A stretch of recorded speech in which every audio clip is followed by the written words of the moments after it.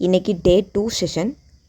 இன்றைக்கி என்ன பார்க்க போகிறோம்? கவர்மெண்ட் அண்ட் அஃபிஷியல் ரெக்கார்ட்ஸ், அதாவது Aadhaar card, pan card, passport, இல்லை ஸ்கூல் ரெக்கார்ட்ஸு ஆர் லைசன்ஸு, இந்த மாதிரி இடங்கள் எல்லாத்துலேயுமே நம்மளுடைய பேரையும் ஏஜையும் கொடுப்போம் இல்லையா? அந்த மாதிரி ஒரு 2 இன்புட்டை வச்சு இன்றைக்கி ஒரு எக்ஸாம்பிள் வந்து ஷீஷாப்பில் பார்த்துடலாம். நான் நியூ ப்ராஜெக்ட் க்ரியேட் பண்ணிக்கிட்டேன். நீங்களும் ப்ராக்டிஸ் பண்ணி பாருங்கள் ப்ராக்டிக்கலாக.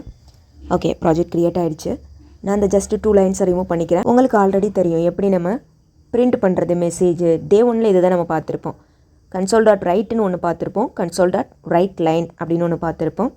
ஸோ அகெயின் இப்போது நான் சொல்கிறேன், ரைட் அப்படிங்கிறது நீங்கள் கொடுக்கக்கூடிய டெக்ஸ்ட்டை சேம் லைனில் பிரிண்ட் பண்ணுறதுக்கு, ரைட் லைன் அப்படிங்கிறது நீங்கள் கொடுக்கக்கூடிய டெக்ஸ்ட்டை நியூ லைனில் பிரிண்ட் பண்ணுறதுக்கு. இப்போ நம்ம ஒரு இடத்துக்கு போகிறோம் அப்படிங்கும்போது ஜஸ்ட்டு நம்மளை வெல்கம் பண்ணுறாங்க அப்படின்னு நினச்சிக்கோங்க. console.writeline வெல்கம் ஆல் அப்படின்னு நான் கொடுத்துருக்கேன். அண்ட் செகண்ட் லைனில் நம்மக்கிட்ட நம்மளுடைய பேரையும் நம்ம ஏஜையும் கேட்குறாங்க. ஃபார் எக்ஸாம்பிள், இப்போ நம்ம ரேஷன் கார்டு வந்து அப்ளை பண்ணுறோம் அப்படின்னு நினச்சிக்கோங்க. ஷீஷார்ப் ப்ரோக்ராம் வந்து கேஸ் சென்சிட்டிவ். ஸோ அதனால் அப்பர் கேஸ் எங்கே யூஸ் பண்ணணும், லோவர் கேஸ் எங்கே யூஸ் பண்ணணும் அப்படிங்கிறத கவனமாக பார்த்துக்கோங்க. நோட்டில் காப்பி பண்ணி வச்சுக்கோங்க. ஓகே, இப்போ நான் செகண்ட் லைனில் என்ன கேட்டிருக்கேன் அப்படின்னா, வாட் இஸ் யுவர் நேம் அப்படின்னு கேட்டிருக்கேன். அப்போ நம்ம பேர் சொல்லணும் தானே.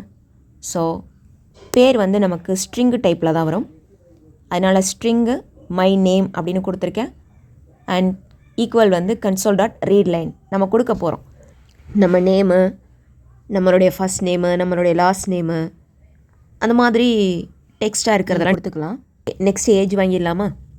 அப்போ ஏஜை நம்மக்கிட்ட கேட்குறாங்க அப்படிங்கும்போது output statement console.writeline what is your age.